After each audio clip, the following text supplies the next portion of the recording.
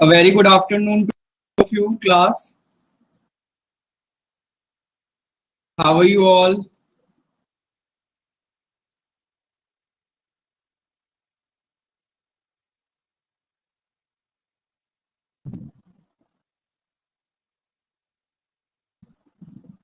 कैसे हैं आप सब class? A very good afternoon to all of you. I'm audible to everyone.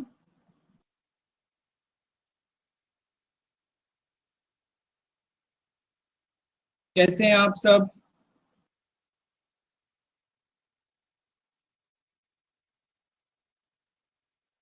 Okay, आपको पीपीटी शो हो रहा है?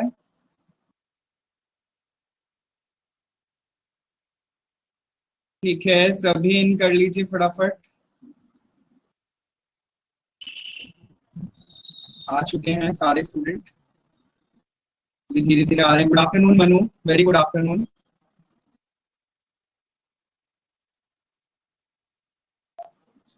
सो क्लास से आज का हमारा टॉपिक जो रहेगा, बच्चे इन कर लेंगे धीरे धीरे। आज का जो हमारा टॉपिक है वो है गवर्नमेंट स्कीम्स के ऊपर। ठीक है, आपका ये भी टॉपिक पेंडिंग है, सो इसके बारे में स्टार्ट करेंगे आज। गवर्नमेंट स्कीम्स, देखिए गवर्नमेंट स्कीम्स होती क्या है। गवर्नमेंट स्कीम्स के बारे में आपको ये बात सबको पता है कि गवर्नमेंट स्कीम्स कहीं ना कहीं कम्युनिटी लेवल पर या फिर पूरे इकोनॉमिकल लेवल पर लोगों को फाइनेंशियल असिस्टेंस प्रोवाइड कराने के लिए गवर्नमेंट स्कीम्स लाई जाती हैं। ठीक है, गवर्नमेंट स्कीम जो लाता है वो इसीलिए लाता है कि सोशल वेलफेयर को क्या किया जा सके, इंक्रीज किया जा सके। Good afternoon Sonakshi, good afternoon, very good afternoon. Okay, तो गवर्नमेंट स्कीम्स बेसिकली कहीं ना कहीं सोशल वेलफेयर में इंक्रीमेंट करती हैं लोगों के, और उनकी कहीं ना कहीं एक फाइनेंशियल असिस्टेंस को इम्प्रूव करने के लिए गवर्नमेंट स्कीम्स लेकर आती है। और ऐसी बहुत सारी स्कीम्स हैं। ज्यादातर स्कीम्स जो हैं वो आपकी सेंट्रल गवर्नमेंट यानी आपके नरेंद्र मोदी जी अनाउंस करते हैं। बाकी आपकी जो गवर्नमेंट स्कीम्स हैं कुछ ऐसी भी हैं जो कि स्टेट अनाउंस करता है, यानी स्टेट अपने लेवल पर, स्टेट लेवल पर कुछ ऐसी स्कीम्स लेकर आता है जिनके थ्रू वो क्या कर सके, या कैंपेन लेकर आता है जिनके थ्रू वो स्टेट वेलफेयर को, स्टेट में लोगों के वेलफेयर को क्या कर सके, इंक्रीज कर सके। ठीक है, सो ऐसे ही हमारी जो आपको पढ़नी है कुछ गवर्नमेंट स्कीम्स। देखिए स्कीम्स ना बहुत सारी हैं, सच पूछो तो मतलब इतनी सारी स्कीम्स हैं कि अराउंड 70 to 100 स्कीम्स ओवरऑल हैं। लेकिन ये मैं वो बता रहा हूँ जो कि आपकी मोस्ट वांटेड रही है, लेकिन आपको पेपर में एग्जाम पॉइंट ऑफ व्यू से ही पढ़ना है। मतलब इतना पढ़ना है कि जिसमें से आपका एग्जाम में आ जाए, क्योंकि आप सारी स्कीम्स को याद नहीं रख सकते। सारे स्कीम्स में कुछ ना कुछ अलग अलग सोशल वेलफेयर को इंक्रीज करने के लिए, साथ के साथ फाइनेंशियल असिस्टेंस देने के लिए कुछ ना कुछ अलग अलग चेंजेस हैं। किसी का टर्म अलग है, किसी का जो एक्सीडेंटल इंश्योरेंस है, किसी में आपका पेंशन इंश्योरेंस है, किसी में आपकी पेंशन स्कीम्स है। तो इस तरीके से आपकी बहुत सारी अलग अलग चीजें होती है हर गवर्नमेंट स्कीम में। तो हमको वो सारी नहीं पढ़नी, कुछ मैंने अभी बनाई है, कुछ मैं नेक्स्ट क्लास में लेकर आऊंगा। सो आज की जो है वो पहले हम देख लेते हैं। सो एक एक करके मैं बताता हूँ, जिसमें कि सबसे फर्स्ट की अगर हम बात करें, खुशी, गुड आफ्टरनून खुशी।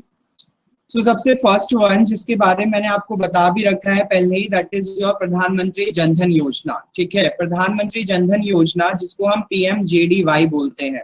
क्लास आपको एक चीज बता दूं पहले कि जितने भी आप स्कीम्स पढ़ोगे ना, उन स्कीम्स को डेट वाइज याद रखना बहुत इंपॉर्टेंट है। साथ के साथ उनका इनिशिएटिव क्या है, मतलब वो करना क्या चाहते हैं उस स्कीम्स में, और कुछ अगर रिलेटेड है उनकी, लाइक किसी किसी स्कीम्स में एक्सीडेंटल इंश्योरेंस, लाइफ इंश्योरेंस ऐसा कुछ है, तो उनका अमाउंट याद रखना कि वो कितने प्रीमियम के लिए है, कितने साल के लिए है, या उसमें एज ग्रुप क्या क्या है। ऐसी चीजें ज्यादातर आपसे पेपर में पूछी जाती हैं। और यहाँ पर जो ये स्कीम्स मैं लेकर आया हूँ ना, ये स्कीम्स आपकी मतलब कॉमन है, आपने सबने सुन रखा होगा इनके बारे में, बहुत सी स्कीम्स के बारे में इवन पता भी होगा। साथ के साथ जो स्कीम्स यहाँ पर करोगे वो तो करनी है, और अगर आपको एडिशनल कुछ मिलती हैं, ये स्कीम जो अभी मैं कराऊंगा ये सारी आपकी अराउंड मतलब 2020 से पहले पहले की हैं। इसमें कोई भी आपको 2021 की नहीं मिलेगी, इवन 2020 की भी नहीं मिलेगी, क्योंकि वो मैं नेक्स्ट क्लास में कराऊंगा। क्योंकि कुछ जो पूछी जाती है ना पेपर में, ज्यादा तो प्रीवियस ही पूछी जा रही है, क्योंकि प्रीवियस वाली में ही मॉडिफिकेशन करके अभी की न्यू स्कीम्स लाई जा रही हैं। तो हम ये कह सकते हैं कि पहले पुराना आपको पता होना चाहिए, तब जाकर आप न्यू स्कीम्स के बारे में पढ़ोगे तो आपको ज्यादा समझ में आएगा कि वो कैसे ऐड ऑन की गई है पुराने वाले स्कीम्स में, ठीक है। सो प्रधानमंत्री जनधन योजना, प्रधानमंत्री जनधन योजना, जैसे कि आपसे ना, गुड आफ्टरनून उमंग, पेपर में पूछा जाता है, लाइक फुल फॉर्म तो मेन पूछ ली जाती है। पीएमजीडीवाई, पीएमजीडीवाई इज बेसिकली प्रधानमंत्री जनधन योजना, जो कि आपके प्राइम मिनिस्टर नरेंद्र मोदी जी ने अनाउंस की थी कब, 15 अगस्त 2014। 15 अगस्त 2014 में इन्होंने अनाउंस किया था। बहुत सी बुक्स में ना एक्चुअल में इसकी जो डेट है वो 28 अगस्त भी है, लेकिन 15 अगस्त ही है एक्चुअल में डेट, जो कि आपकी मतलब गवर्नमेंट साइट्स पे जो इसकी डेट मेंशन कर रखी है वो प्रधानमंत्री जनधन योजना की, वो 15 अगस्त है। तो 15 अगस्त 2014 में ये अनाउंस की गई। इस स्कीम का जो मेन मुद्दा था वो था फाइनेंशियल इंक्लूजन करना, जितनी भी कंट्री में सिटीजन है, इंडियन कंट्री में जितने भी सिटीजन है इंडिया की में, उसको सबको फाइनेंशियल असिस्टेंस प्रोवाइड कराना। और बेसिकली इसका मेन काम था कि हम प्रधानमंत्री जनधन योजना के तहत हर किसी को ना बैंकिंग सिस्टम से जोड़ ले। बैंकिंग सिस्टम यानी हर किसी के पास उनका अकाउंट हो। So basically it aims to extend the affordable access to the financial services such as the bank accounts, remittances, credit, insurance and the pensions also, ठीक है। The Department of the Financial Services under the Ministry of Finance is the body responsible to this scheme। कुछ कुछ schemes की आपको ministries भी याद रखनी पड़ेगी, जैसे कि आपकी फाइनेंस जनधन योजना के लिए मिनिस्ट्री ऑफ फाइनेंस रिस्पॉन्सिबल है दिस स्कीम के लिए। On an inaugural day A total of 15 million bank accounts were open in the Indian banks. जिस दिन ये स्कीम अनाउंस हुई थी ना, टोटल आपके कितने 15 मिलियन बैंक अकाउंट्स ओपन हुए थे, ठीक है, टोटल जितने भी आपके इंडियन बैंक्स हैं। तो अब अगर हम इसके बारे में अगर थोड़ा सा और जाने ना, तो कुछ कॉमन चीजें पूछ ली जाती हैं, जैसे कि जनधन योजना का ना स्लोगन पूछ लिया जाता है आपसे पेपर में, और आ भी रखा है कि जनधन योजना का स्लोगन क्या रहा था। बताइए जनधन योजना का स्लोगन क्या रहा था। ये चीजें तो काफी पुरानी हो गई हैं, तो आपके बारे में इनको तो ये मान लो कि आपके दिमाग में भी गई होंगी ये चीजें, मुझे डिस्कस इतनी करने नहीं चाहिए जितना आपसे पूछना चाहिए, क्योंकि ये सब कॉमन हो चुका है। बताइए प्रधानमंत्री जनधन योजना का स्लोगन क्या है।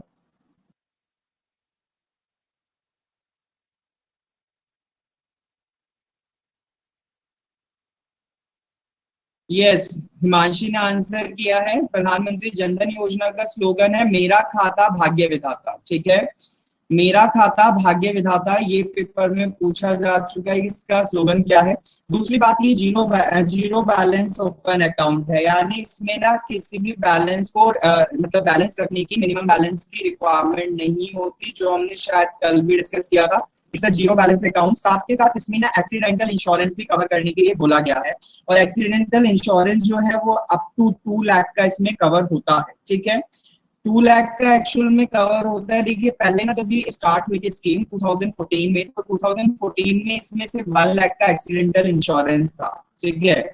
लेकिन जब 2018 के बाद वाले जो अकाउंट्स हैं उनके लिए इसके इंश्योरेंस का अमाउंट बढ़ाकर 2 लाख कर दिया गया था, और साथ में ये भी बोल दिया गया था कि अगर कोई भी सपोज जनधन योजना के अकाउंट में नॉमिनी बनता है, या फिर नॉमिनी करा रखा है अटैच किसी भी पर्सन ने अपने अकाउंट के साथ प्रधानमंत्री जनधन योजना वाले अकाउंट में, तो एक्चुअल में उसको भी एक्सीडेंटल इंश्योरेंस पाने का हकदार है। लेकिन होता क्या है कि 90 डेज बिफोर, मतलब जब कोई पर्सन की अगर सपोज डेथ हुई है या एक्सीडेंट हुआ है, तो उसमें आप ये कह सकते हैं कि उस पर्सन को 90 डेज बिफोर उसका ट्रांजेक्शन चेक किया जाता है कि उसने कोई 90 डेज बिफोर कोई ट्रांजेक्शन किया है या नहीं किया है। अगर उसने अपनी डेथ से पहले, एक्सीडेंट से पहले कोई एक ट्रांजेक्शन कर रखा है, तो ही उसका नॉमिनी जो है वो ये जो एक्सीडेंटल इंश्योरेंस है इसको पाने का हकदार रहेगा, अदरवाइज नहीं होता है, ठीक है क्लास। तो ये चीज भी याद रखनी है आपको प्रधानमंत्री जनधन योजना के तहत, ठीक। साथ के साथ इसमें जो आपका लाइफ इंश्योरेंस भी कवर होता है अराउंड 30,000 का, ठीक है। लाइफ इंश्योरेंस भी है इसमें 30,000 का। साथ के साथ ये जो है इसमें ओवरड्राफ्ट फैसिलिटी भी प्रोवाइड कराई जाती है। ओवरड्राफ्ट फैसिलिटी जो है वो अप टू 10,000 रुपीज तक की है, जो मैंने आपको शायद कल बताई थी कि अगर आपके अकाउंट में पैसा नहीं है, 0 रुपीज है, तो एक्चुअल में आपके प्रीवियस ट्रांजेक्शंस देखकर आपको गवर्नमेंट जो है, बैंक जो है वो आपको 10,000 तक का ओवरड्राफ्ट फैसिलिटी भी दे सकते हैं, ठीक है। और ये जो फैसिलिटी है ओवरड्राफ्ट फैसिलिटी के लिए जो एज है, मतलब ये अकाउंट तो कोई भी खुलवा सकता है। साथ के साथ ओवरड्राफ्ट फैसिलिटी अगर किसी को अवेल करनी है, तो उसकी एज जो है वो है आपकी 18 to 65 ईयर्स, ठीक है क्लास। 18 से 65 ईयर्स तक के लोग इसको अवेल कर सकते हैं ओवरड्राफ्ट फैसिलिटी को जनधन योजना के तहत। Clear class? सो प्रधानमंत्री जनधन योजना से आपसे ये चीज पूछ ली जाती है, तो ये याद रखना है। प्रतिभा, एक्चुअल में ना मैंने ये पीपीटी थोड़ा सा जल्दी बनाया है क्योंकि बहुत सारी थी ये चीजें, स्कीम थी। सच पूछो तो अभी तो बहुत सारी मैंने कवर भी नहीं करी है। मैं ये कह रहा हूँ कि मैं जो बातें बोल रहा हूँ ना वो एटलीस्ट आप सुन करना, लिखते भी रहो। मेक श्योर कि एटलीस्ट आपने सुन के लिख लिया है। इन केस अगर सपोज मैं नहीं ऐड कर पाता हूँ, क्योंकि होगा क्या कि मैं कोशिश तो करूंगा कि जैसे आप कह रहे हैं कि पॉइंट्स में ऐड कर दूं, मैं ऐड करके भेज दूंगा, लेकिन उसमें टाइम लग जाएगा। इट मींस 1-2 दिन का टाइम चाहिए होगा, क्योंकि मैं यहाँ डिस्कस तो कर दूंगा, लेकिन वही है ना, कंप्यूटर पे मुझे बैठ के फिर इसका ऐड करना पड़ेगा। ऐड करने के बाद तब मैं आपको फॉरवर्ड करा पाऊंगा। तो या तो आपको वेट करना पड़ेगा उन साइट्स के लिए जब आप पढ़ने बैठोगे। तो इससे बेहतर है कि अगर अभी आप सुन के सिर्फ लिख लो, बाद में जब मैं भेज दूंगा तब तो ओके वही जाने सब कुछ। नॉमिनी वाला क्या होता है? नॉमिनी वाले का मतलब ये है संदीप कि अगर सपोज प्रधानमंत्री जनधन योजना के तहत, इस अकाउंट के तहत अगर किसी पर्सन को मैंने नॉमिनी बना रखा है, मेरा अकाउंट है, मैंने उसमें नॉमिनी बनाया हुआ है किसी को, तो उसमें एक्सीडेंटल कवर वो नॉमिनी भी ले सकता है। लेकिन एक्सीडेंट से पहले उसको एक्सीडेंट से पहले और डेथ से पहले, अगर डेथ का भी कवर लेना है तो लाइफ इंश्योरेंस कवर भी करना है तो उसे, तो उसको ना 90 डेज बिफोर, उस डेट से 90 डेज बिफोर उसका ट्रांजेक्शन एक होना चाहिए, उसका एक ट्रांजेक्शन दिखना चाहिए, तभी जाकर नॉमिनी उस लाइफ इंश्योरेंस और एक्सीडेंटल इंश्योरेंस को पाने का हकदार होगा। ठीक है? हाँ प्रतिभा, मैं यही करूंगा। अभी आप ना डिस्कस कर रहा हूँ मैं, आप नोट डाउन भी करते रहो शॉर्ट शॉर्ट कीज पॉइंट बनाकर उसको। फिर ना आप, मैं तो ऐड करके भेज ही दूंगा, एटलीस्ट आप तब तक रिवाइज तो कर लोगे। ठीक है? क्योंकि सपोज करो मुझे 1 दिन 2 दिन ना लग के ज्यादा टाइम लग जाता है, लाइक 3-4 दिन लग जाते हैं, तब तक आप भूल चुके होंगे, तो एटलीस्ट आपको रिवीजन में रहेगा। वैसे तो सच पूछो ना, बहुत सी बुक्स में डायरेक्टली अवेलेबल है, इवन आपकी गवर्नमेंट साइट्स जो है स्कीम्स वाली, उन सब पे भी आपके ये अवेलेबल है। ठीक है कृतिका, गुड आफ्टरनून। ठीक है क्लास। सो प्रधानमंत्री जनधन योजना के बारे में आपसे ये चीजें पूछ ली जाती हैं, दिमाग में रखना। खासकर देखो, एक्चुअल में पूछा तो क्वेश्चन में तो ये चीजें नहीं पूछी जाएंगी कि एक्सीडेंटल कवर कितने तक का है, यही पूछा जाता है डायरेक्ट कि डेट क्या है, इसका मेन फोकस क्या है, मेन एम क्या है, या फिर ये क्या बेनिफिट्स दे सकता है। इस तरीके से क्वेश्चन बनते हैं। ठीक है? पेपर में आपसे अगर पूछा जाएगा, तो मे भी इंटरव्यूज वगैरह में स्कीम से रिलेटेड किसी ने अगर कुछ पूछना चाहा, लाइक ये नॉमिनी वाला केस मैंने बताया, तो इस तरीके से हो सकता है। या फिर सपोज आप बैंक में क्लर्क पीओ वगैरह जब भी आप बनते हो, तो आपसे किसी के साथ ऐसा केस होता है, तो आप उसको ये बता सकते हो कि भाई इसके थ्रू ऐसी चीज होती है, तो आपको ये फॉर्मेलिटीज पूरी करनी पड़ेंगी। तो ये चीज वहां भी बेस्ट होगी कि एटलीस्ट आपको पता है। ठीक है? उसके बाद आता है नेक्स्ट वन इज आत्मनिर्भर भारत अभियान। आत्मनिर्भर भारत अभियान क्या है? देखिए, कोविड-19 जो कि आपका अभी 2020 से इतना चल रहा है, इसके लिए आत्मनिर्भर भारत अभियान स्टार्ट किया गया था, जो कि आपका बेसिकली नाम से पता चल रहा है आत्मनिर्भर, यानी आप सेल्फ रिलायंट हो, आत्मनिर्भर बनो। ठीक है? इसको एम्फसाइज किया जा रहा था इस अभियान के through. Prime minister formulated a policy to work in इस डायरेक्शन। क्या इन्होंने फॉर्मुलेट किया प्राइम मिनिस्टर ने? बेसिकली हमें make India a global economy with efficiency and competitive spirit, यानी हम ना पूरी इंडिया में जितने भी ऐसे लोकल आर्टिसंस हैं और जो अपनी गुड्स कुछ ऐसी मैन्युफैक्चर्ड करते हैं जो कि मार्केट में नहीं आ पाती, उनको वैल्यू दी जाए और कॉम्पिटिटिव स्पिरिट लाई जाए। क्योंकि अगर कोई चीज उसी के बिहाफ पर मार्केट में है, लेकिन अगर सपोज वो महंगी है, तो हम उसको बढ़ावा दें या उसको प्रोग्रेस में लाएं जो कि हमारा सस्ता है और हैंडमेड है। ठीक है? तो बेसिकली इसका मेन फोकस जो था आत्मनिर्भर भारत का, सेल्फ रिलायंट बनाना था लोकल आर्टिसंस को, और जितनी भी गुड्स लोकली मैन्युफैक्चर्ड होती हैं। ये अनाउंस हुआ था आपका 12 मई 2020 में। ठीक है? Type of economic development project, basically economy के लिए, डेवलपमेंट के लिए प्रोजेक्ट है। And this government scheme is under the 22nd ministry of the Republic of India और द सेकंड मोदी मिनिस्ट्री। ठीक है? ये दो से अटैच होती है, one is of your ministry of Republic of India and second one is of Modi ministry. ठीक है? ये चीज दोनों आपको याद रखनी है, ये भी पूछा जा चुका है पेपर में।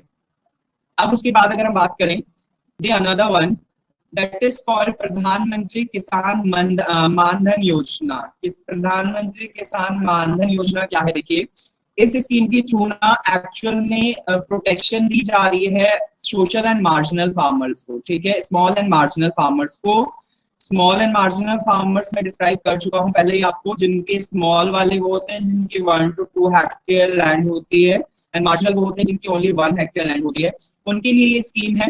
बेसिकली इसमें इंक्लूड कौन हो सकते हैं, 18 से 40, 18 से 40 ईयर्स तक के एज ग्रुप के लोग इसमें इंक्लूड हो सकते हैं और इसका बेनिफिट ले सकते हैं। अब बेनिफिट क्या है इस स्कीम में, एक्चुअल में इसमें स्कीम में ये पेंशन स्कीम है और इस स्कीम में ना 3000 पर मंथ की पेंशन प्रोवाइड कराई जाती है बाय द गवर्नमेंट जब कोई भी 60 इयर्स ऑफ एज कंप्लीट कर लेता है, ठीक है।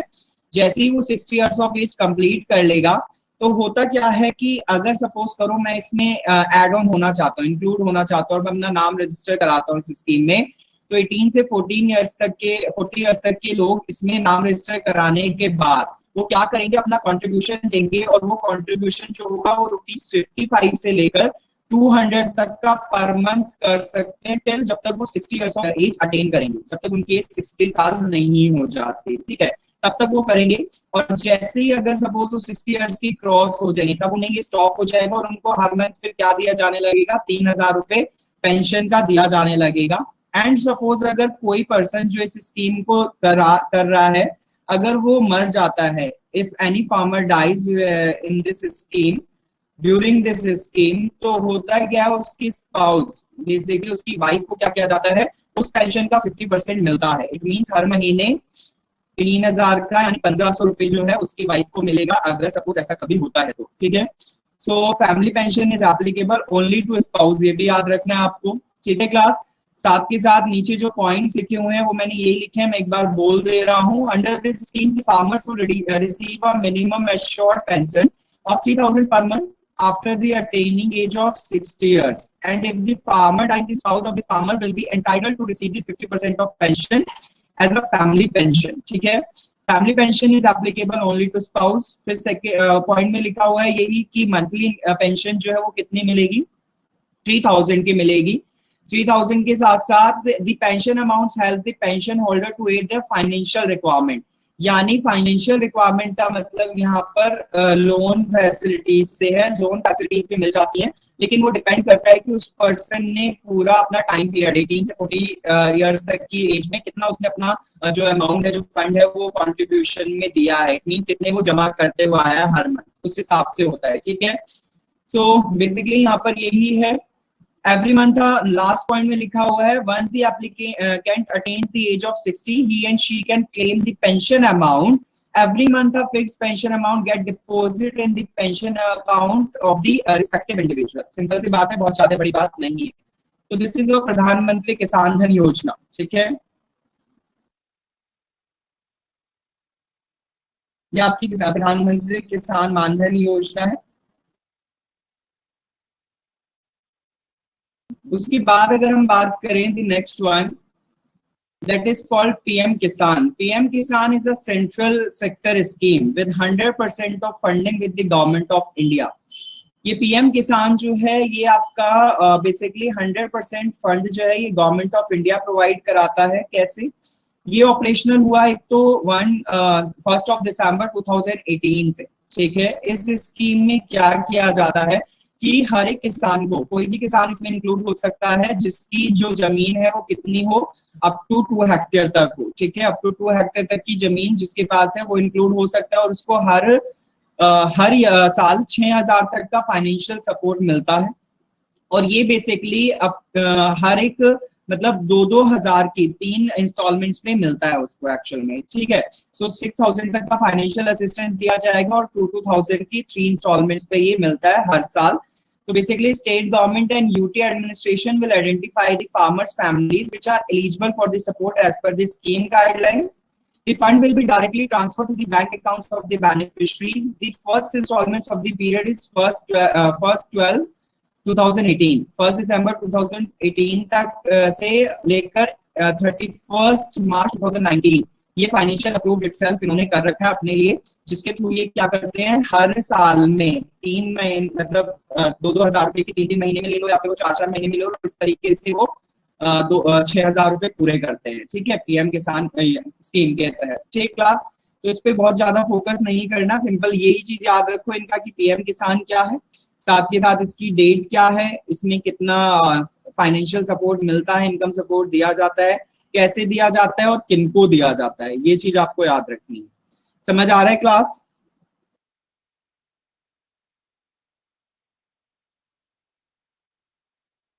अच्छा, पीएम किसान के लिए सॉरी, पीएम किसान जो है वो आपका किस जगह पर लॉन्च किया गया था, ये पता है आपको? मतलब कुछ कुछ स्कीम्स का ऐसे भी क्वेश्चन आ जाता है कि किस जगह से ये अनाउंस हुआ है, कहाँ से सबसे पहले स्टार्ट हुआ, ये किस स्टेट में स्टार्ट किया गया, किस जगह से, इवन उसका डिस्ट्रिक्ट भी पूछ लेता है। पीएम किसान का पता है आपको? पीएम किसान कौन से स्टेट से स्टार्ट हुआ है?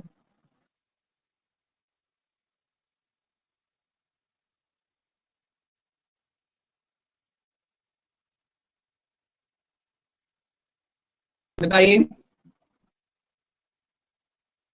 Punjab? No.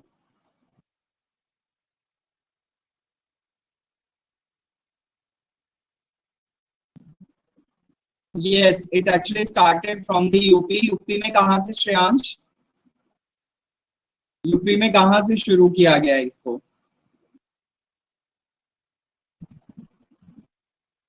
It actually started from the Gorakhpur. ठीक है, गोरखपुर में यूपी से स्टार्ट किया गया है इस स्कीम को। ठीक है, पीएम किसान को।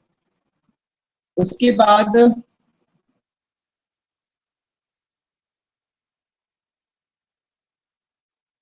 ठीक है, नेक्स्ट आता है पीएमजीकेवाई। पीएमजीकेवाई इज बेसिकली प्रधानमंत्री गरीब कल्याण योजना। प्रधानमंत्री गरीब कल्याण योजना की अगर हम बात करें तो प्रधानमंत्री गरीब कल्याण योजना 2016 में अनाउंस की गई थी। ठीक है, जिसमें कि it allows the individual to deposit money that has not fixed. इसमें जो मनी आप डिपॉजिट कर सकते हो एक्चुअली गरीब कल्याण के लिए, यहाँ पर ना गवर्नमेंट ने क्या करा है, उनको एक मतलब राहत कोविड 19 के लिए ही है, ये कोविड 19 के लिए ही है। मतलब ये कह सकते हो कि इसमें हो तो स्टार्टअप पहले से ही रखा है, लेकिन ये फंक्शनल अब हो पा रही है। गरीब कल्याण इट मींस यहाँ पर जो पैकेज दिया जाता है गवर्नमेंट के थ्रू, इसमें दो टाइप के पैकेज है।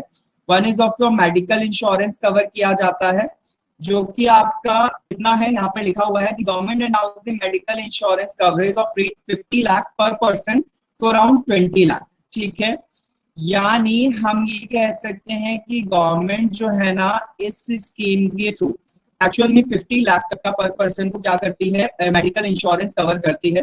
और इनका जो बेनिफिट है ना वो दो पार्ट्स में डिवाइडेड होकर मिलता है। One is of your food security के थ्रू और second one is direct benefit transfer. यानी अगर इस स्कीम में कोई इनरोल करता है अपने आप को, तो या तो उसे फूड सिक्योरिटी में इसका बेनिफिट मिलेगा या फिर उसके अकाउंट में डायरेक्ट बेनिफिट ट्रांसफर होगा। ठीक है, इसमें होता क्या है कि इस स्कीम के through 50% of the untaxed amount must be paid. यानी ऐसा कोई भी काम जो कि फार्मर्स कर रहे हैं या गरीब कोई भी कर रहा है जिसका कोई भी परसेंट मार्केट में नहीं आ रहा है, तो एक्चुअल में अनटैक्स्ड अमाउंट जो भी है उसका 50% क्या होगा, अकाउंट्स में जमा किया जाएगा गरीब के थ्रू, और उसी के बेसिस पर उनको एट लास्ट उनका मेडिकल इंश्योरेंस कवर होगा। मेडिकल इंश्योरेंस 50 लाख तक का है, लेकिन इट डिपेंड्स कि उस गरीब मतलब जो भी जिस पर्सन ने एनरोल करा रखा है उसने इसमें कितना अपना डिपॉजिट दे रखा है। 50% ऑफ वन टैक्स अमाउंट जो है यहाँ पर वो मस्ट बी पेड है। अभी डिपेंड करेगा कि उसने कितना अमाउंट ऐसा मतलब कितना अमाउंट है उसके पास जो उसने पे नहीं करा है। मान लो अगर वो 1 लाख होगा और उसका 50% वो करता है, तो इट मीन 50,000 उसको रिजर्व रखना पड़ेगा, उसके बेसिस पर उसको क्या मिलेगा, ये मेडिकल इंश्योरेंस कवर होगा। Basically finance minister Nirmala Sitharaman ने इस पैकेज को अनाउंस किया है, टोटल 1.70 लाख करोड़ जो कि इस स्कीम के लिए बोला गया कि इस स्कीम के खर्च पर आएगा। ठीक है, सो बहुत ज्यादा ध्यान नहीं रखना, सिंपल इतना ही रखो कि इसमें क्या क्या कवर हो रहा है, कितना इंश्योरेंस कवर हो रहा है और कितना अमाउंट खर्च होगा, और इसकी फुल फॉर्म याद रखो। ठीक है, डेट याद रखो। After that the another one is skill India mission. Skill India mission की अगर बात करें तो it was also launch by the प्रधानमंत्री नरेंद्र मोदी के थ्रू ये लाया गया ऑन 15 जुलाई 2015। ठीक है, स्किल इंडिया मिशन नाम से पता चल रहा है कि इसमें इनका जो मेन फोकस था बेसिकली इंडिया के 40 करोड़ लोगों को उनको डिफरेंट डिफरेंट स्किल्स प्रोवाइड करानी है। कब तक? 2022 तक। ठीक है, डिफरेंट स्किल्स कौन सी हो सकती है आपको मैंने शायद स्किल इंडिया में बताया भी था। आप देख भी रहे होंगे स्किल इंडिया में बहुत सारे ऐसे इंस्टीट्यूट खुले हुए हैं, प्रधानमंत्री कौशल विकास योजना, Pradhan Mantri Kaushal Kendra, technical inter training program, apprenticeship training, ऐसे बहुत सारे एनएसडीसी के थ्रू ये एक्चुअल में मिशन चल रहा है। ठीक है, एनएसडीसी के थ्रू ये मिशन स्टार्ट हो रखा है और इसमें ब्यूटिशियन से लेकर आपका स्विंग लेकर आपका थोड़ा मैकेनिकल पार्ट्स का लेकर थोड़ा रेफ्रिजरेशन से लेकर आईटीआई वाले जो सेक्टर्स है ना ज्यादातर उनके लिए स्किल इंडिया मिशन है ये। तो आईटीआई ऑलमोस्ट और स्किल इंडिया मिशन सेम सा ही है, बस इसमें ये मान लो कि गवर्नमेंट बेसिकली फ्री करवा रही है सब कुछ, किसी तरह का कोई पैसा नहीं प्रोवाइड कराना पड़ता। बस आपको जो जो रिक्वायरमेंट होती है उनके मतलब कोर्सेज से रिलेटेड वो आपको अपनी तरफ से करनी होती है, दैट्स इट। बाकी वो सब कुछ अपनी फीस जो है वो गवर्नमेंट मेंटेन करती है। ये अराउंड 2020 तक के प्रोजेक्ट के लिए बोला गया है कि सबको स्किल्स दिए जाए, छोटी से छोटी और बड़ी से बड़ी। इसमें आई थिंक 3 मंथ्स का भी कोर्स है, 6 मंथ्स का भी कोर्स होता है, 1 ईयर तक के कोर्स है इसमें। ठीक है, स्किल इंडिया मिशन में। उसके बाद अगर हम बात करें the next one that is your make in India. Make in India, make in India आपका इनिशिएटिव जो कि लॉन्च किया गया था by the prime minister in सितंबर 2014 में। इस स्टार्टअप के थ्रू, इस मेक इन इंडिया स्टार्टअप के थ्रू एक्चुअल में आपकी जो ब्रिक्स की कंट्रीज हैं, 5 countries Brazil, Russia, India, China and South Africa, इन सब ने मिलकर ना अपने आप को ये बोला कि हम हर तरीके से मतलब ऐसा कुछ बिल्ड करना चाहते हैं कि अगर हमारी कभी भी मार्केट में किसी चीज की कमी आती है तो हम अपने आप में ही एक दूसरे की हेल्प करके ना कुछ मशीनरी और कुछ ऐसा डेवलप कर सके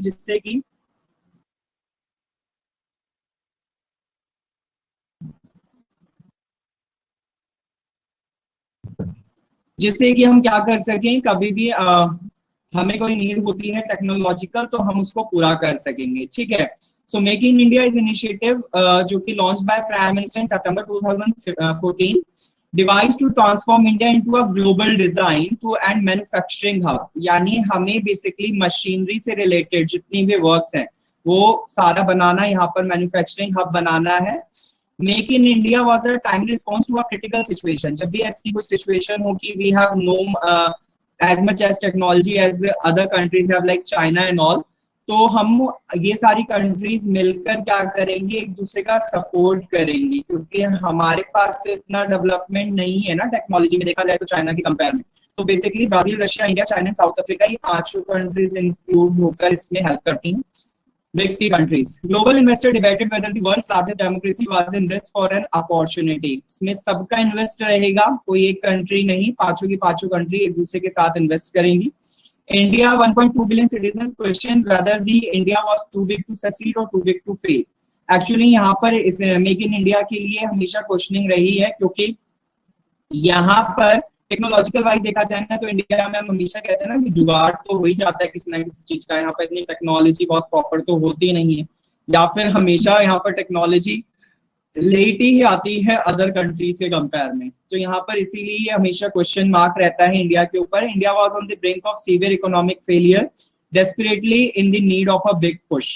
क्योंकि कभी भी इंडिया की तरफ से बहुत ज्यादा बड़ा एक कहते हैं ना स्कोपफुल एक्टिविटी ऐसा कुछ नहीं निकल के आता जो कि बाकी कंट्रीज दे आती हैं। इसीलिए हमेशा इंडिया इस पे क्वेश्चन मार्क में रहता है मेक इन इंडिया में। Clear class? सो ये चीजें सिर्फ आपको याद रखिएगा। क्लास समझ आ रहा है आपको? मतलब बहुत लीन हो गए हैं बातों में।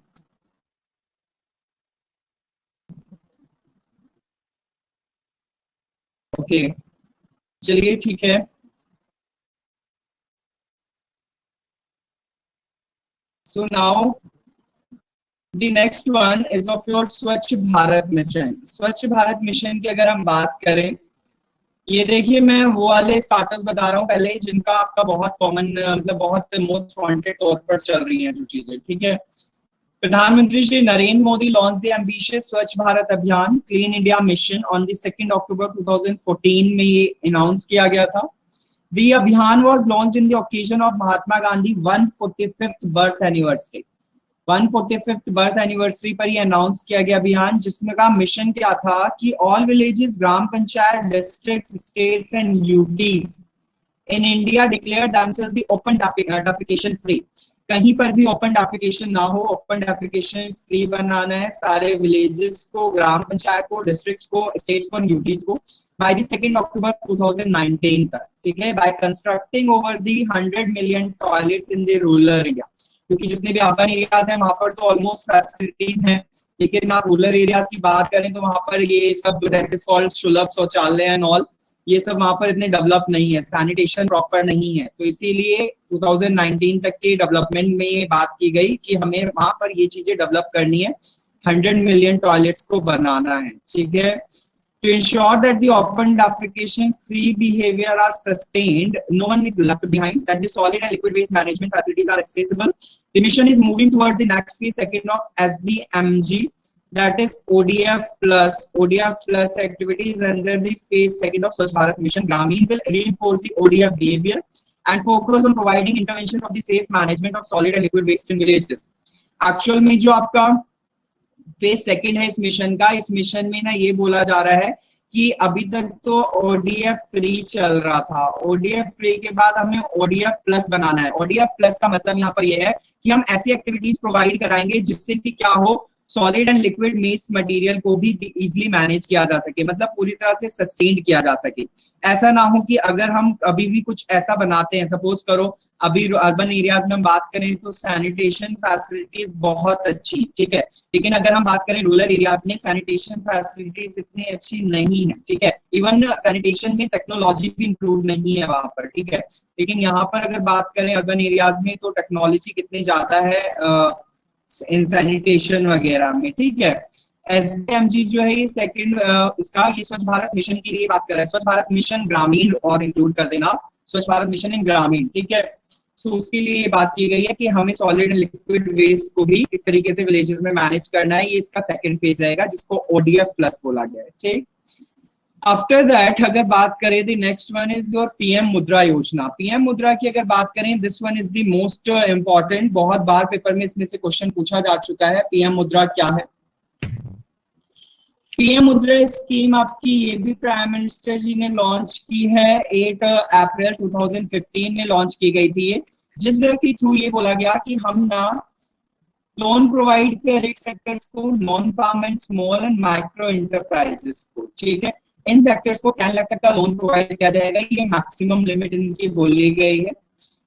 और इसको जो क्लासिफाई किया गया है वो मुद्रा लोन्स पर क्लासिफाई किया गया है। इट मींस यहाँ पर जो आपके लोन्स देने वाले, लोन्स जो दे सकते हैं वो कौन से होंगे, मतलब कमर्शियल बैंक्स होंगे, आरआरबीज होंगे, स्मॉल फाइनेंस बैंक्स होंगे, एमएफआईज होंगे, micro finances institutions, MFI and NBFC, ठीक है। ये आपके लोग इंक्लूड हो सकते हैं इसमें लोन लेना अगर आप चाहते हैं इस स्कीम के थ्रू, तो इन लोगों के पास जाकर आप लोन की मांग कर सकते हैं।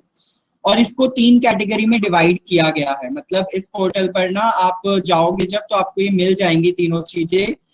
मुद्रा योजना के तहत 3 प्रोडक्ट्स है बेसिकली, वन इज ऑफ शिशु, किशोर एंड थर्ड वन इज तरुण, ठीक है।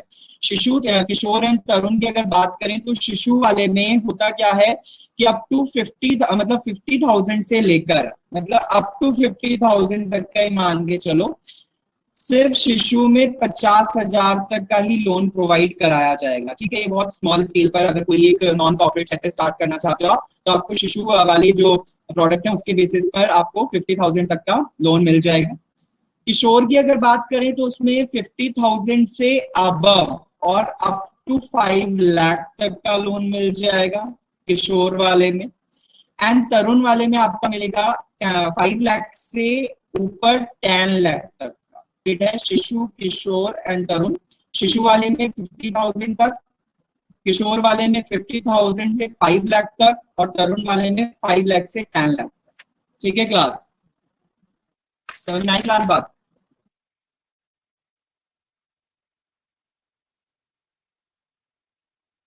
तो उसके बाद अगर हम शिशु मीन्स नो, एक्चुअली इनका नाम जो है ना शिशु किशोर और तरुण जो रखा हुआ है, शिशु यहाँ पर आप बेबी से नहीं कर सकते, यहाँ पर ये कह सकते हो जो कि अभी स्टार्टअप है।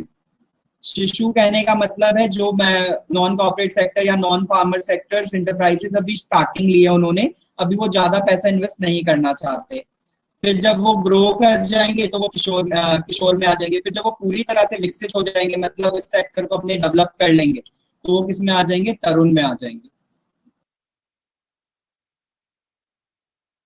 इनका बेनिफिट क्या है उमंग, इनका बेनिफिट ये है कि कोई भी इंसान जो कि सपोज ऐसे सेक्टर्स को स्टार्ट करना चाहता है, तो वो इस स्कीम में एनरोल कराए अपने आप को, और उसके पास अगर पैसा नहीं है तो गवर्नमेंट उसको प्रोवाइड कराएगी उसके स्टार्टअप करने के लिए। ठीक है, क्योंकि अगर ऐसा हो कि अगर सपोज उसके पास पैसा नहीं होगा तो वो कहाँ जाएगा, मतलब कुछ कुछ चीजें तो ऐसी भी होती है ना कुछ लोगों के पास कि उनके पास पैसा नहीं होता तो अपना स्टार्टअप भी नहीं कर पाते, तो इस वजह से ये चीज शुरू की गई है। ठीक है, उसके बाद अगर हम बात करें दी नेक्स्ट वन, हृदय स्कीम। हृदय स्कीम क्या है, देखिए हृदय scheme is national heritage city development and augmentation योजना। ठीक है, इसकी फुल फॉर्म याद रखिएगा, that is national heritage city development and augmentation योजना, हृदय स्कीम। ये एक्चुअल में लॉन्च की गई थी 21 जनवरी 2015। इस स्कीम के थ्रू हम जनरली जोड़ना चाहते हैं सारे urban planning, economic growth and heritage conservation को। ठीक है, क्योंकि आपने देखा होगा कि जितनी भी जगहें ऐसी हैं जो कि हिस्टोरिकल कुछ ना कुछ चीजें बनाई हुई हैं जहां पर, जैसे कि आपका अजमेर ले लो, आपका मतलब मथुरा ले लो, बहुत सारी जगह ऐसी हैं, द्वारका ले लो और अमृतसर। ठीक है, ये सारी जगह ऐसी हैं जहां पर कुछ ना कुछ बना हुआ है और उनको ना कंजर्व नहीं किया जा रहा, लोग उनका मजाक बनाकर रखते हैं। जैसे कि आपके दिल्ली में ले लो, दिल्ली में इंडिया गेट को किस तरीके से लोगों ने लव प्लेस बना दिया, it's a kind of love bird place. ठीक है, इंडिया गेट इतना मतलब it's my favourite place in Delhi, और लोग जो वहां पर मजाक करते हैं ना उनके साथ जाकर, मुझे बहुत गुस्सा आता है कि जैसे हुमायूं टॉम पर जाएंगे या फिर सफदरजंग टॉम में जाएंगे तो आप देखेंगे वहां पर कुछ कुछ लिखा होता है, मतलब अपना नाम लिखे आएंगे, दिल बनाए आएंगे सो कॉल्ड, और उसके बाद उसमें तीर बना देंगे, देन उसके बाद दो अपना कपल्स अपना नाम लिखे आते हैं। अरे why were doing this kind of वाहियात चीजें, मतलब you are destroying your historical things, और मुझे ये पसंद नहीं आता। तो अच्छा है कि ऐसी चीजों को अवॉइड किया जाए। सेम एज ऐसे ही वहां पर किया जाता है, इंडिया गेट पर जाओगे या ताजमहल पर जाओगे तो ताजमहल पर देखा है लोग बागों को कैसे करते हैं, मतलब मुमताज महल की जो कब्र है, मुमताज की कब्र पर लेटेंगे एंड सेल्फी, मतलब वाई, वाई क्यों कर रहे हो भाई, ऐसा क्यों कर रहे हो। मैंने पता है मतलब साफ साफ लिखा हुआ है photography is not allowed and you are still doing the photography, and उसके कवर पर लेट कर आप एफबी पे पोस्ट भी करते हो, पूरा वो देते हो, क्या कहते हैं उसको, आई डोंट नो, मैं अभी बहुत टाइम से यूज नहीं करता। हाँ नहीं तो टूरू लव, निब्बा निब्बी लव। मतलब लोगों ने मजाक बना के रख दिया है, प्यार प्यार इज नथिंग। जनरली मैंने बहुत सारी चीजें, एक तो वो वाला सीन देखा है जब मतलब दूर से फोटोग्राफी कराते हैं कि ना मैं जाऊंगा वहां पर और मैं इसकी एक चोटी पकड़ के दिखाऊंगा ताजमहल की, और तू ऐसे पिक क्लिक कर ले, उसको ऐसे पकड़ के पिक क्लिक कराई जाती है, ऐसे उसको चोंच से पकड़ लेते हैं उसकी। फिर ऐसे इंडिया गेट के पास भी ऐसा ही होने लगा है, पता नहीं। मैं पता बहुत परेशान होता हूँ इन चीजों से, मैं देखकर ना मेरा ऐसा मन करता है कि मैं कुछ कहूँ, इवन मैं बहुत लोगों को कह भी देता हूँ, पर मैं कहता इस तरीके से कि उन्हें बुरा भी ना लगे और वो शायद मेरी बातें समझ जाए। मैंने बहुत बार एक्चुअली सच पूछो तो मेरी बहस भी हुई है, कभी कभी मैं ऐसे प्लेसेस पर अगर गया हूँ ना कभी, तो मेरी बहस हो जाती है कि क्यों ऐसा करते हो भाई तुम, और वो फिर ये कहते हैं कि भाई हम ही थोड़ी ना कर रहे हैं, सब कर रहे हैं। अरे भाई अगर आप अपने आप को रोकोगे तो सभी तो बाकी रोक पाएंगे ना, वही बात आ जाती है कि अकेले कुछ नहीं हो सकता, ऐसा कुछ नहीं है, अकेले बहुत कुछ हो सकता है, एक रोक के तो देखो कोई दूसरा अपने आप रोक लेगा फिर। ठीक है, अभी भी तो फॉलो कर ही रहे हो ना। हाँ सीरियसली संदीप, मतलब ऐसा ही हाल है। ये तो मेरे ख्याल से ऐसा ऐसा लगता है कि अगर तुमने आगरा में जाकर ताजमहल की वो चोटी को नहीं पकड़ा तो आपने कुछ नहीं किया। ऐसा लगता है this is the most important thing you have to do. ऐसा लगता है अधूरा है आपका वहां घूमना फिर।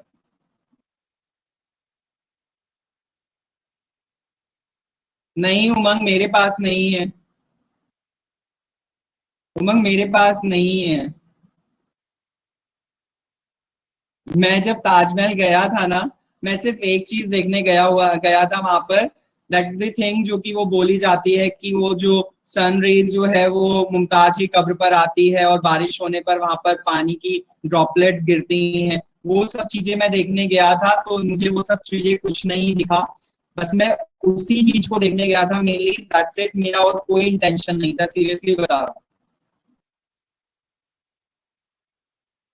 अच्छा, आपने ताजमहल ही नहीं देखा है मानसी? सो बैड, प्लीज जाइए और देखिए। बाकी इंडिया गेट तो मेरी ऐसी जगह थी, अभी कोविड के टाइम पे तो नहीं कह रहा, लेकिन इंडिया गेट मेरा ऐसी जगह है जिसको मैं हर वीकली, हर 15 दिन में मैं चला जाता था बाइक लेकर। मुझे बहुत पसंद है वहां पर।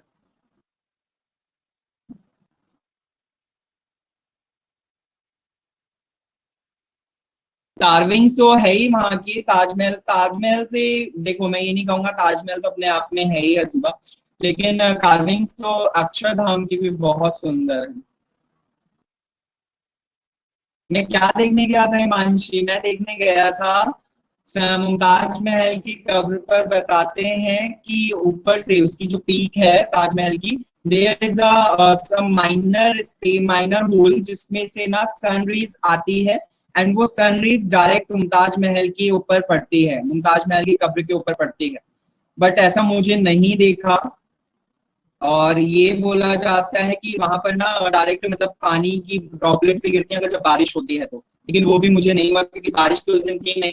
तो मुझे ये लगा कि एटलीस्ट चलो सूरज की किरण ही देख लूंगा मैं, सनलाइट सनरेज ही देख लूंगा कैसे आ रही है उस पर। क्योंकि साइंटिस्ट उसको ढूंढ नहीं पाए कि ऐसा ये क्यों हो रहा है और किस वजह से होता है या ऐसा क्या है उस पीक पर। तो वो चीज मैं देखने गया था, बस क्या ही कहूँ। चलिए कोई नहीं। सो हेरिटेज की बात हो रही है, प्लीज क्लास मेरी आप सबसे रिक्वेस्ट है कि अगर आप कभी भी या जो भी आप में से दिल्ली में से है। अब अलाउड मुझे नहीं पता प्रतिभा, लेकिन मैं गया था अब से करीब मे भी शायद हो गए होंगे 4-5 साल हो चुके हैं। मैं तब गया था। ज्यादा ही हो गए होंगे, 6-7 भी हो सकते हैं, मेरे को याद भी नहीं है मैं कब गया था। शायद 2014 या 13 में गया होगा। आपका मुझे पता नहीं अलाउड है या नहीं है।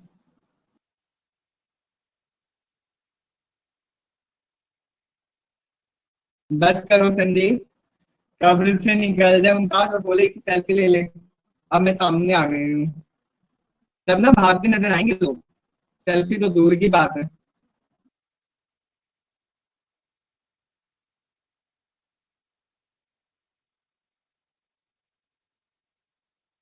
सो मेरी सबसे आपसे रिक्वेस्ट है कि आप जब भी किसी ऐसे प्लेस पर जाते हो तो please just observe the nature, observe the vibes are there, observe the architecture there. लेकिन ये सब चीजें मत किया करो, अवॉइड। एंड लोगों को भी बोला करो कि एटलीस्ट सेफ रखो इन चीजों को।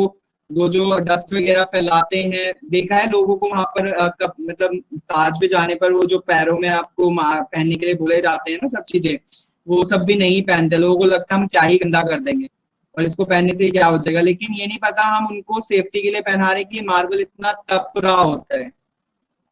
तो आपके साथ डस्ट फ्री तो चलो हम कर ही रहे हैं, लेकिन मार्बल इतना तप भी रहा होता है, इतना हीट अप हो रहा होता है।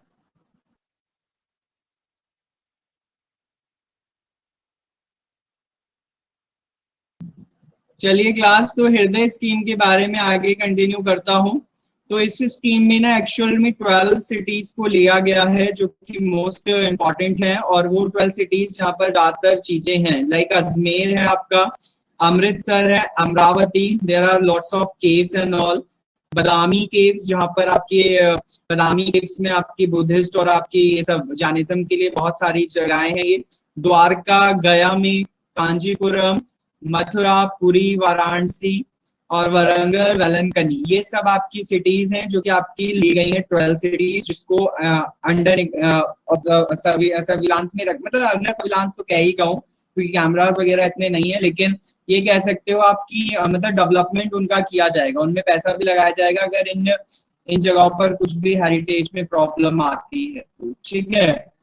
उसके बाद अगर बात करें, mission period of this scheme was ended on the 31st मार्च 2019, ये 2019 में मार्च में एंड हो चुका था। This scheme was supported the development of core heritage linked civic infrastructure projects, which include the revitalization of the urban infrastructure for the areas around heritage, religious, cultural, tourism assets of the cities. ये चारों चीजें include होती हैं, heritage भी, religious जो भी चीजें हैं वो भी, कल्चरल चीजें हैं, टूरिज्म भी। These initiatives includes the development of the water supply, sanitation, drainage, waste management, approach road, footpaths, street lights, tourist convenience, electricity wiring, landscaping and such citizen services। ठीक है, ये सारी चीजें भी इस स्कीम के अंतर्गत आती हैं कि ये प्रोवाइड कराई जाएंगी, क्योंकि बहुत सी जगह ऐसी है ना कि जहां पर आपको देख सकते हो होटल फैसिलिटीज नहीं है, या फिर रोड इतना प्रॉपर नहीं है, आप जा नहीं सकते, या फिर आप ये कह सकते हो वाटर सप्लाई अच्छी नहीं है, वेस्ट मैनेजमेंट अच्छा नहीं है बहुत सी जगहों पर, तो लोग ऐसे फेंक कर चले जाते हैं। इंडिया गेट के आसपास देख लो, लोग ऐसे फेंक के चले जाते हैं, ठीक है। इंडिया गेट कितने बड़े एरिया में, वहां पर चिल्ड्रन पार्क जो साइड में है वहां पर लोग फेंक कर चले जाते हैं ऐसे, तो वो चीजें हैं, ठीक है।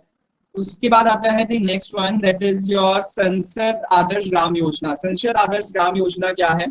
This scheme was launched for the development of model villages. Model villages का मतलब है यहाँ पर बेसिकली वो विलेजेस जो कि ना आपके टाउन्स में कन्वर्ट हो रहे हैं। देखिए, विलेजेस होते हैं पॉपुलेशन के अकॉर्डिंग एंड टाउन्स भी आपके पॉपुलेशन के अकॉर्डिंग होते हैं, लेकिन कुछ विलेजेस टाउन में कंसीडर हो जाते हैं, क्यों? क्योंकि वहां पर फैसिलिटीज डेवलप कर दी जाती हैं, ठीक है। सो बेसिकली ये उन्हीं की बात की जा रही है। अंडर द योजना, members of the parliaments will be responsible for developing the socio economic and physical infrastructure of 3 villages each by 2019, a total of the 8 villages each by 2024।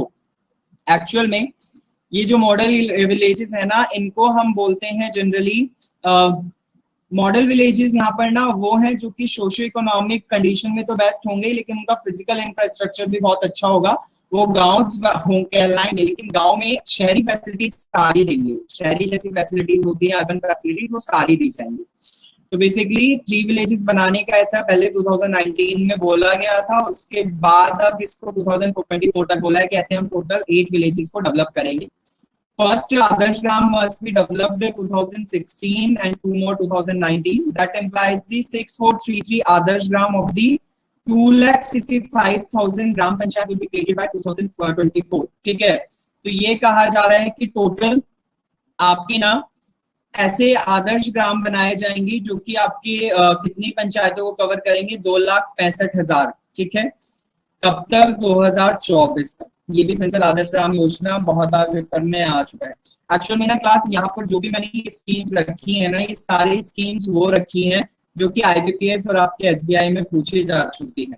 और ये रिलेट ऐसा नहीं है कि एसएससी से नहीं कर रहे, एसएससी से तो करती ही है, एसएससी में भी पूछा जाता है, लेकिन एसएससी में ना डीप नॉलेज नहीं पूछी जाती, इनका जनरल ये पूछ लिया जाता है, इनका फुल फॉर्म या फिर ईयर।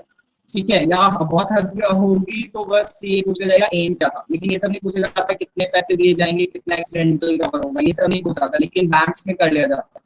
तो इसीलिए यहाँ पर आपको मेंशन कर दिए जो जो चीजें हैं। उसके बाद आता है नेक्स्ट, जो कि मोस्ट इंपॉर्टेंट है, आप सबने सुन भी रखा होगा इसके बारे में, सुकन्या समृद्धि स्कीम। सुकन्या समृद्धि स्कीम की अगर हम बात करें तो ये नाम से पता चल रहा है कि ये बेबी गर्ल के लिए, जब बेबी गर्ल किसी की सपोज बेबी गर्ल होती है, बेबी गर्ल के लिए अकाउंट खुलवाकर उसके लिए उसकी शादी तक जब तक उसकी शादी करेंगे उसके लिए अमाउंट डिपॉजिट करने की यहाँ पर बात की गई है, जिस अकाउंट में आप मिनिमम डिपॉजिट जो कर सकते हो वो 250 रुपीज तक कर सकते हो, और मैक्सिमम जो है वो 1.5 लाख तक का कर सकते हो। ठीक है, और ये एक्चुअल में अकाउंट कौन ओपन करा सकता है? ये न्यूबॉर्न बेबी से लेकर टिल 10 इयर्स तक की कोई अगर बच्ची है तो वो बच्ची अपना अकाउंट खुलवा सकती है इस स्कीम के थ्रू, ठीक है। और इसका जो करंट रेट है अभी का दैट इज ऑफ 8.1% है इस स्कीम के तहत, ठीक है। साथ ही साथ ये जिस कैंपेन की रिगार्डिंग शुरू हुआ था कैंपेन के साथ, that was the Beti Bachao Beti Padhao, ठीक है।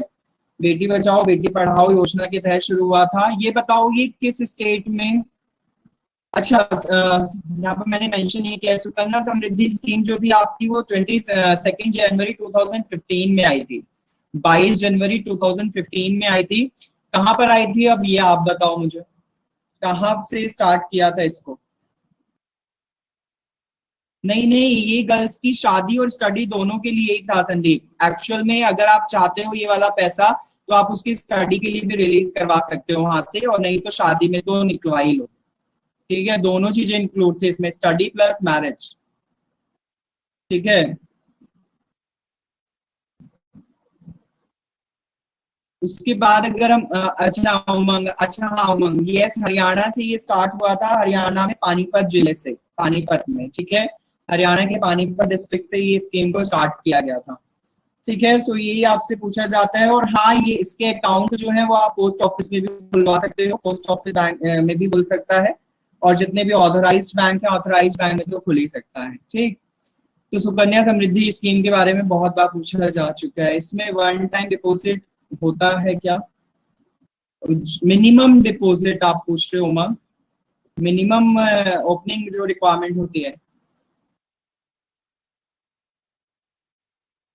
नहीं नहीं, इसमें आप मंथली करा सकते हो मिनिमम डिपॉजिट, दिखा है ना मैंने मिनिमम डिपॉजिट, या तो आप मंथली 250 रुपीज करा लो, या जितने भी आपके मंथली आप उस हिसाब से करा लो। अगर आप मैक्सिमम एक ही बार में कराना चाहते हो तो 1.5 लाख करा लो, ठीक है। वो एक टाइम तक रिजर्व रहेगा आपका, जब तक वो 18 21 साल या 25 साल जब तक की एज अटेंड करेगी। अटेंड करने के बाद जैसे ही वो शादी लायक होगी या वो मान लो स्टडी करना चाहती है अपनी कोई फर्दर, तो आप उस पैसे को निकाल लोगे, विद आपको इंटरेस्ट रेट मिल ही जाएगा। करंट इंटरेस्ट रेट इसका 8.1% है, ठीक है। उतने सालों में ही आपको इतना पैसा ये 8.1 रेट इंटरेस्ट के साथ मिल जाएगा, ठीक है क्लास।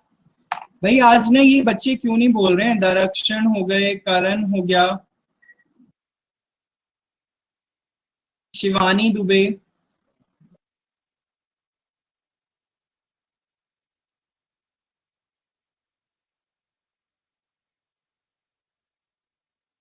अनमोल टंडन। आपको समझ आ रहा है भाई सबको? खुशी गर्ग, कृतिका आपको भी समझ आ रहा है? भाई देखो भाइयों और दोस्तों सब प्लीज समझ से आ करो, ठीक है।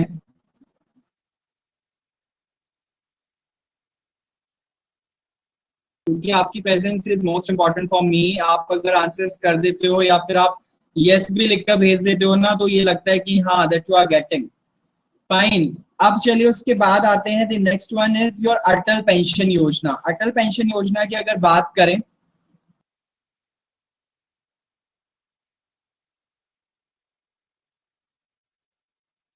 गर्ल्स के लिए हिमांशी,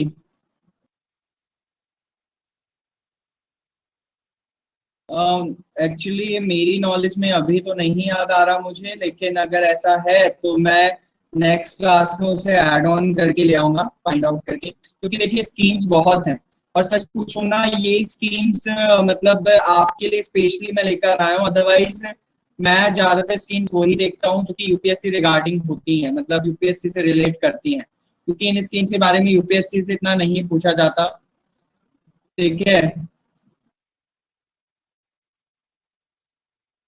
तो अब दो चीजें कल में नेम बताऊंगी सर, ओके ठीक है हिमांशी, आप ढूंढ लेना, मैं भी ढूंढ लूंगा, और अगर ऐसा होगा तो मैं ऐड करके ले ही आऊंगा, सब बच्चों को पता चल जाएगा, ठीक है। उसके बाद अटल पेंशन योजना की अगर हम बात करें तो अटल पेंशन योजना को एक्चुअली इसका जो नेम था सबसे इंपॉर्टेंट है, ये अटल पेंशन योजना का जो नाम था पहले दैट वाज दी स्वावलंबन योजना। स्वावलंबन योजना नाम था पहले, फिर इसका नाम चेंज करके अटल पेंशन योजना बना, ठीक है। अटल पेंशन योजना आपकी 2015 में लाई गई थी by the finance ministry Arun Jaitley के थ्रू और प्राइम मिनिस्टर नरेंद्र मोदी के थ्रू। और सबसे पहले कहाँ पर लॉन्च हुई थी? 9 कोलकाता वेस्ट बंगाल में लॉन्च हुई थी, ठीक है।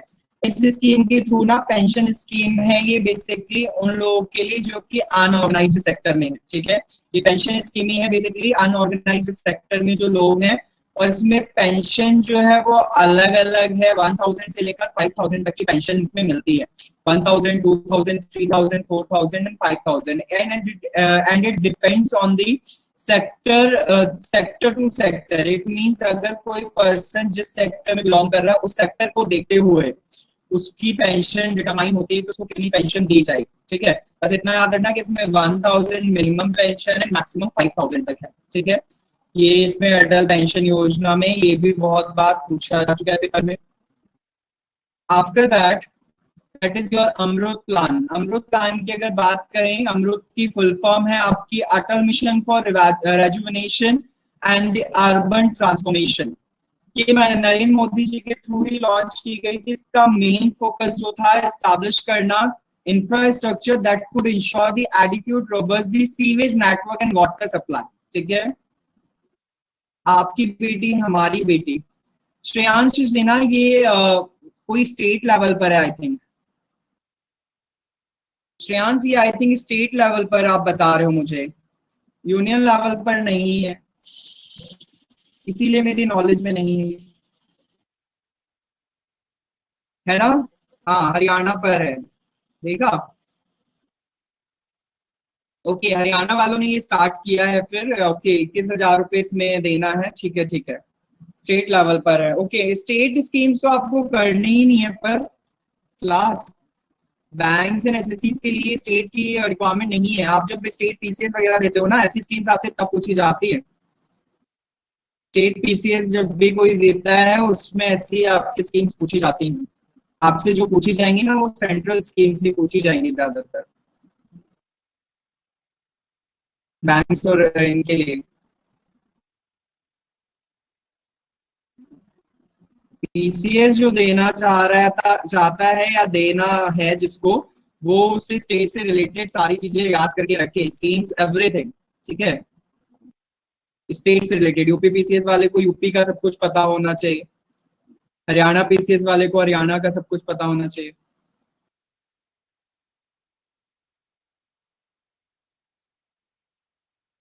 करंट दरक्षण करंट स्कीम्स, ये मैं देखो, ये स्कीम्स तो पूछी जा रही हैं पेपर में, ये ओल्ड हैं लेकिन पूछी जा रही हैं, ठीक है। लेकिन करंट स्कीम्स आप वो करिएगा जो कि मोस्ट वांटेड है या कुछ अलग लेकर आ रही हैं। करंट स्कीम्स बहुत सारे ऐसी भी हैं जो कि नाम मात्र के लिए, बहुत शॉर्ट ड्यूरेशन के लिए हैं और बहुत कुछ ज्यादा चेंज भी नहीं लेकर आ रही हैं। नेक्स्ट क्लास में जो मैं स्कीम्स लेकर आऊंगा ना, मतलब ये नेक्स्ट क्लास में जो स्कीम्स कराऊंगा फिर फिनिश हो जाएगा आपका स्कीम्स। वो स्कीम्स में वो ही लेकर आऊंगा जो करंट रिलेटेड होंगी और आपकी बहुत ज्यादा पेपर में आएंगी, ठीक है। आने के चांसेस है, मतलब ये कहने का मतलब है। Sir, it's launch under Beti Bachao in Haryana. State PCS कौन से एग्जाम होते हैं नीतू? यूपीएससी होता है जैसे सेंट्रल लेवल पर ना, ऐसे स्टेट लेवल पर पीसीएस होते हैं, public service commission, state civil services होती हैं, ठीक है। तो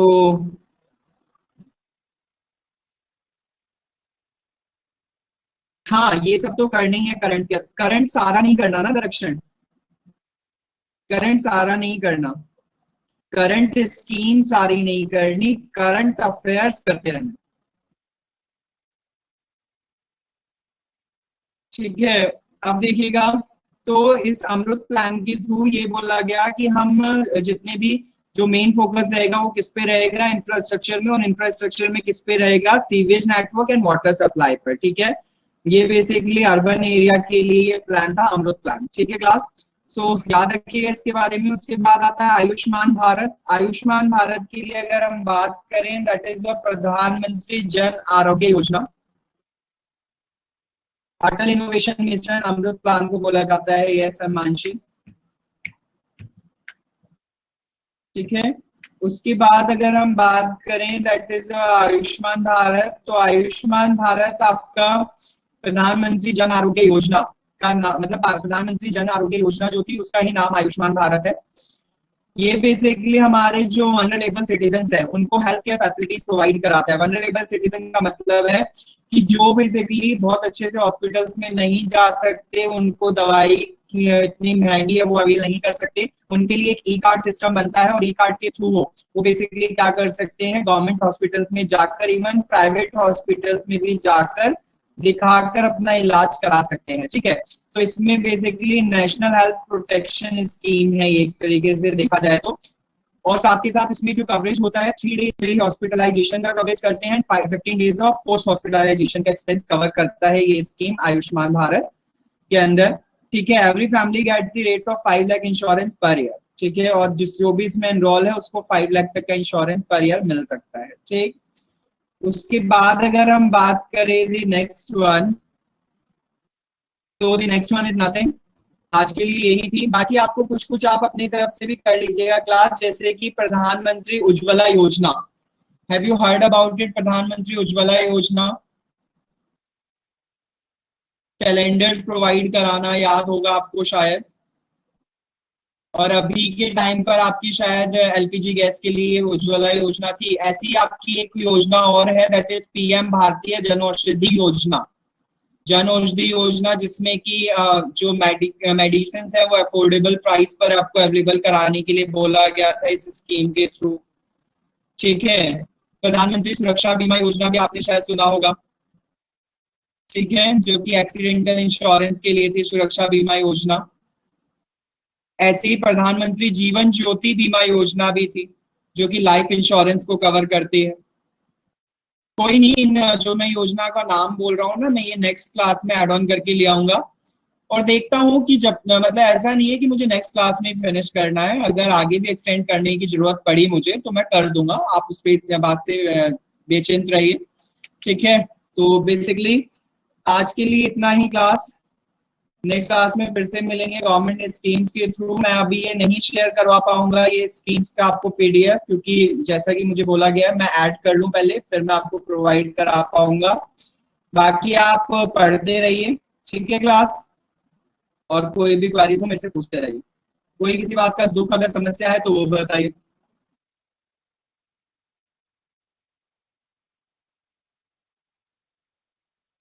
ठीक है, कोई दुख समस्या तो नहीं किसी को? Okay, thank you so much class, thank you so much. मिलते हैं नेक्स्ट क्लास में। खुश रहिए एंड स्टे सेफ ऑल्सो।